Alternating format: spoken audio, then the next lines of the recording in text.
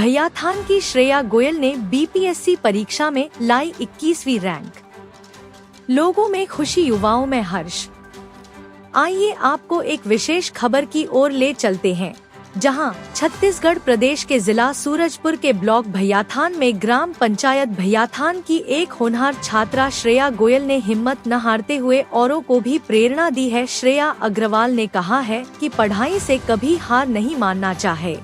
श्रेया अग्रवाल का कहना है कि मेरी पढ़ाई में हमारे परिवार का भरपूर सहयोग मिला, जिससे मैं निर्भीक होकर पढ़ाई कर सकी हूँ की बात कही है। श्रेया गोयल की भैयाथान में शुभम किराना दुकान है, जिसमें उनके पिता और भाई दोनों मिलकर संचालित करते हैं।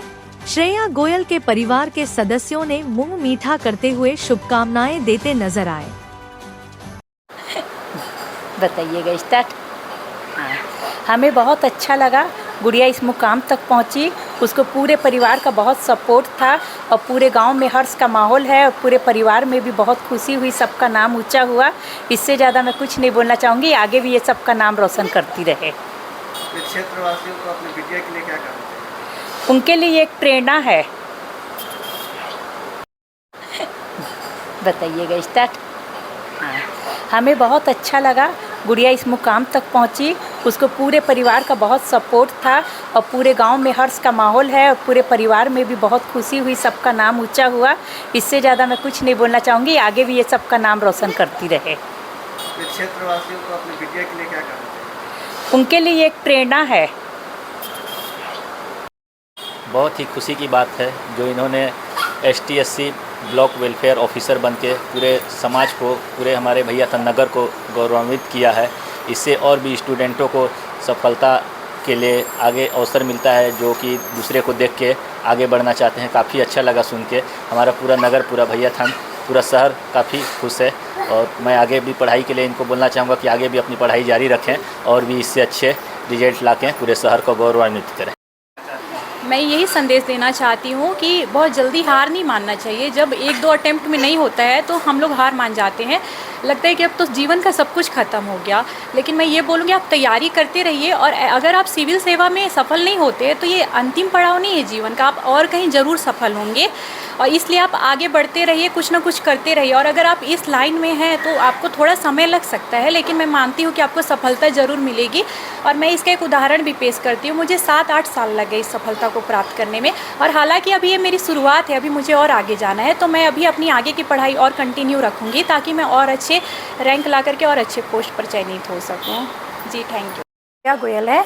मैंने बिहार लोक सेवा आयोग के अंतर्गत प्रखंड अनुसूचित जाति जनजाति कल्याण पदाधिकारी के अंतर्गत 21वीं रैंक प्राप्त की है।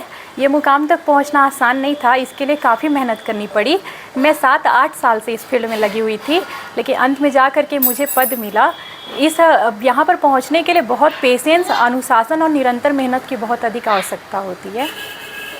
आपका शुरुआती पढ़ाई कहाँ से स्टार्ट होती है और कहाँ तक अभी तक आपका पढ़ाई का कार्य जारी है?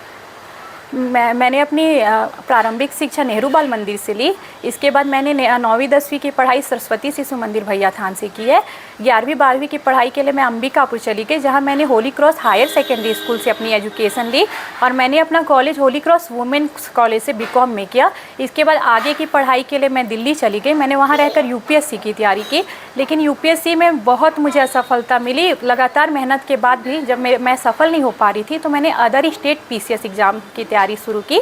इसी के तहत BPSC में मेरा सिलेक्शन हो पाया है। किस रैंक में?